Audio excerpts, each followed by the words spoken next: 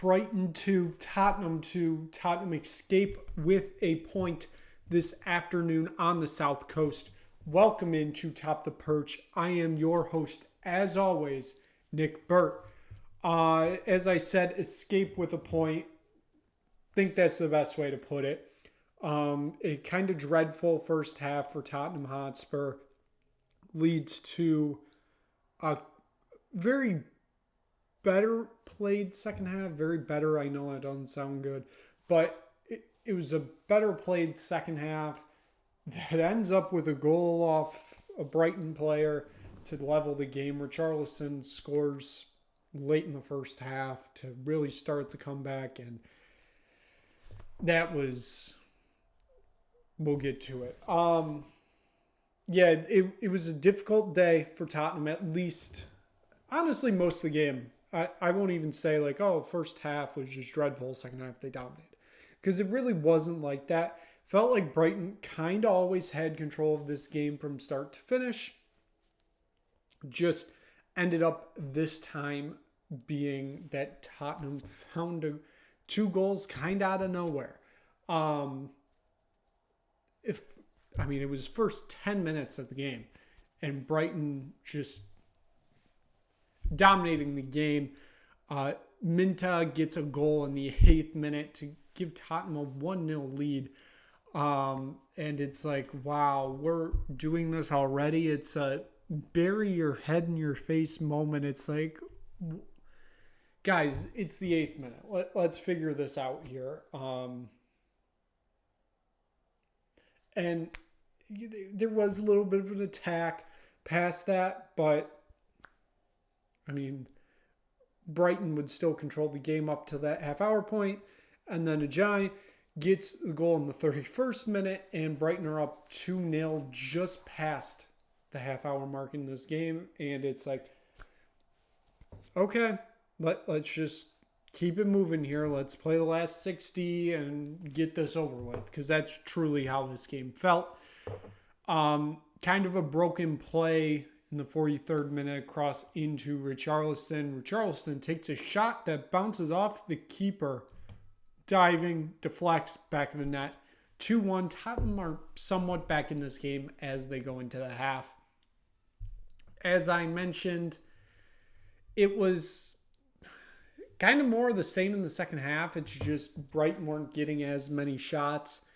And that very much helped Tottenham because they weren't conceding. Vicario, both goals, kind of shaky, not great. It is what it is. And then, like I said, 82nd, it's a cross into the box. Was looking for Paulinho, finds the head of Van Henkel of Brighton. He heads it into the back of the net, and it's 2-2 level, and that's how this would play out. Big game changer today. Xavi Simons coming on as a substitute. I think right around the half-hour mark, maybe a little bit after that. Could be wrong. But it was a rotated squad today, a little bit. You saw some things shifted around, and we'll just get into that right now because there's a lot to get into here. One of those names that was kind of shifted around was Wilson Odobert. He gets the start today. He didn't really show much. I was expecting a little bit more if he got the start today. I get we were rotating the squad and all that, but I still kind of expected to see a little bit more out of him today. Don't really get that. As I said, he got subbed off in the 72nd minute. And that would be for Brennan Johnson. We'll obviously get to him when we get there. Richarlison is going to be your man of the match for today. His goal obviously got Tottenham back in this game, even though it took a wild deflection off the keeper just to find the back of the net. Again, you can't complain about the goals they give you because goals are goals.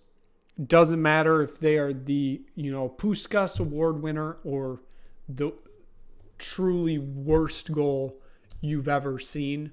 It doesn't matter. A goal is a goal, and they all count the same. So I thought he had a really good game today. Obviously, I know given midweek, how was that going to play out?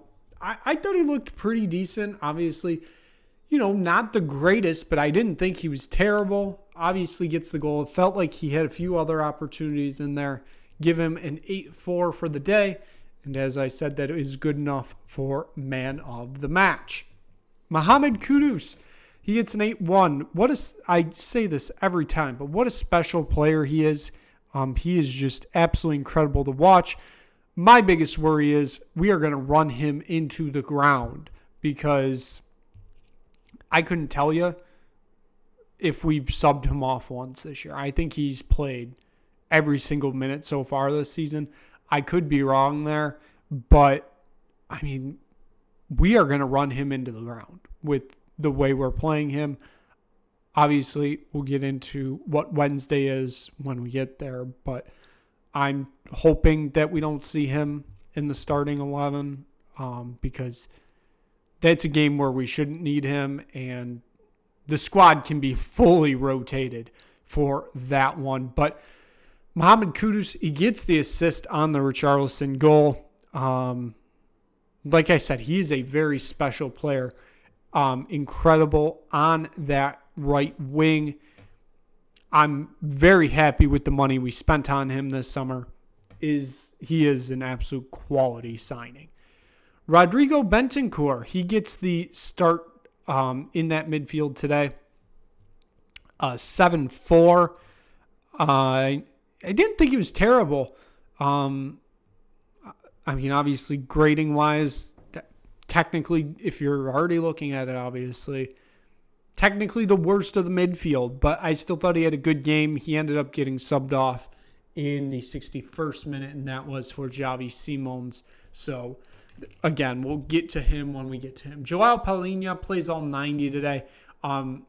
Very good, 7-6. Obviously, like I said, that second goal that was an own goal was headed for Palhinha. I believe he got a head on it, and then it deflected off of Brighton. Could be wrong on that one, at least the camera angle. That's what it looked like. Again, I am willing to be very wrong on that because, there's a good chance I am. Let's be honest here. So, Palhinha, he looks very good in this midfield. Obviously, Bundesliga for the past, year and a half, 2 years he's been there. Obviously wasn't getting a ton of play time. He was brought in when Tuchel was still the manager, and they expected, obviously, to play him a lot more under Tuchel. He just kind of doesn't fit in Vincent Kompany's game plan. So that's kind of why we're at this situation. I think he's an incredible player. I like the way we're using him right now. He's not a everyday midfield starter. He obviously can come on as sub, but we're not overworking him, which, again, as my feelings were with Kudus, I kind of feel like we're a little bit overworking him at the moment, which is a little worrying, but hey. Palhinha, 7-6.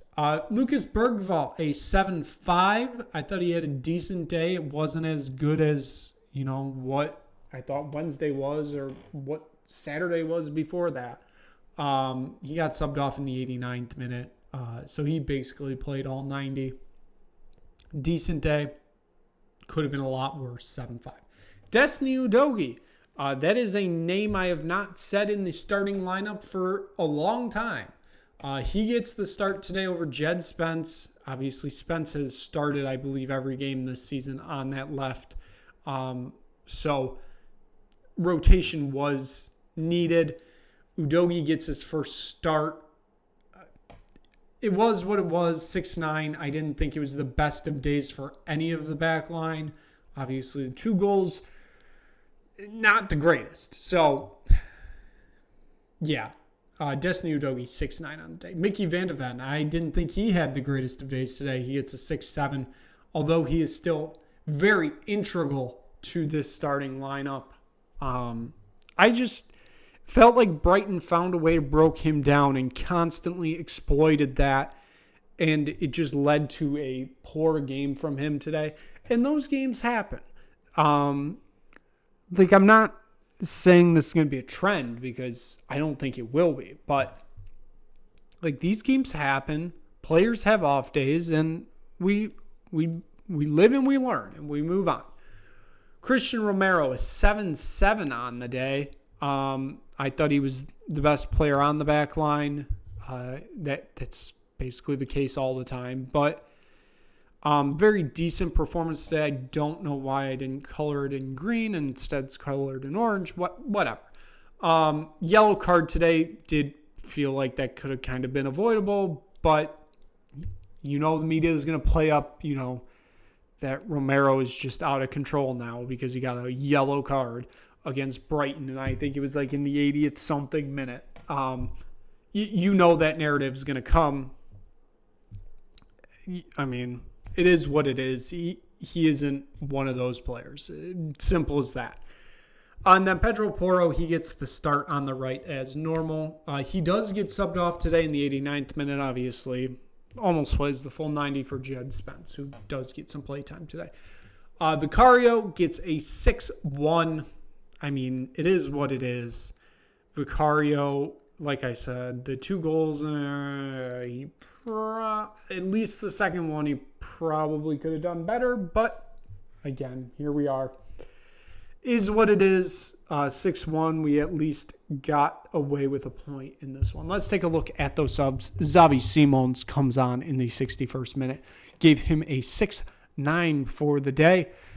Again, it felt like Tottenham really started to chase that equalizer when he came on. Thought he looked really good today. Had a scare in I think it was right around the 80th minute. I think it was before the second goal. Or it was after the second goal. So it was around the 85th, 86th minute because it was a penalty shout. And I'm like, okay, maybe we'll get a penalty and we'll really steal points from this one.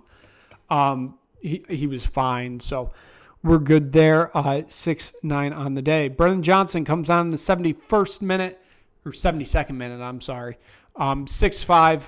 Really felt like he was also out there really helping to try and chase that equalizer. And then once we got that equalizer, chasing to get a winner. Obviously, it doesn't come. It is what it is. Archie Gray, a name I feel like I haven't said in a long time either, gets some play time today. He comes on in the 89th minute, and that was for Lucas Bergvall. And Jed Spence comes on in the 89th minute, and that was for Pedro Porro. So, for Tottenham Hotspur, back in midweek competition on Wednesday, this time it is the Carabao Cup as Tottenham join in the third round. They will be playing host to Doncaster Rovers, the League One side. Again, heavily rotated squad I'm expecting, but who knows? Tottenham will somehow be down 1-0 in the 60th minute. We're going to have to bring everybody on to win this game 2-1. So, given that, we'll be back, of course, on Wednesday night to recap that third round Carabao Cup tie. So thank you so much for watching this episode of Top of the Perch. If you just stumbled across this video, click like, click subscribe, tell anybody you know about it. We'll be back on Wednesday for another episode of Top of the Perch.